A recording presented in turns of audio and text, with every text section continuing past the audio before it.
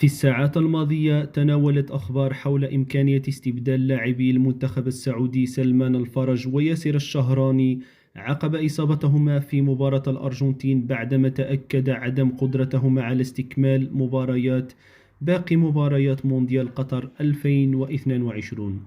فماذا تقول لوائح الاتحاد الدولي لكرة القدم عن هذه الأمور؟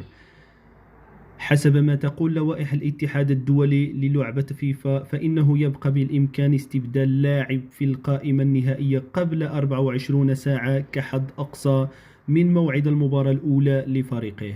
ومع ذلك يجب على اللجنة الطبية في الاتحاد الدولي تأكد من أن الإصابة أو المرض جديان بما يكفي لمنع اللاعب من المشاركة في البطولة.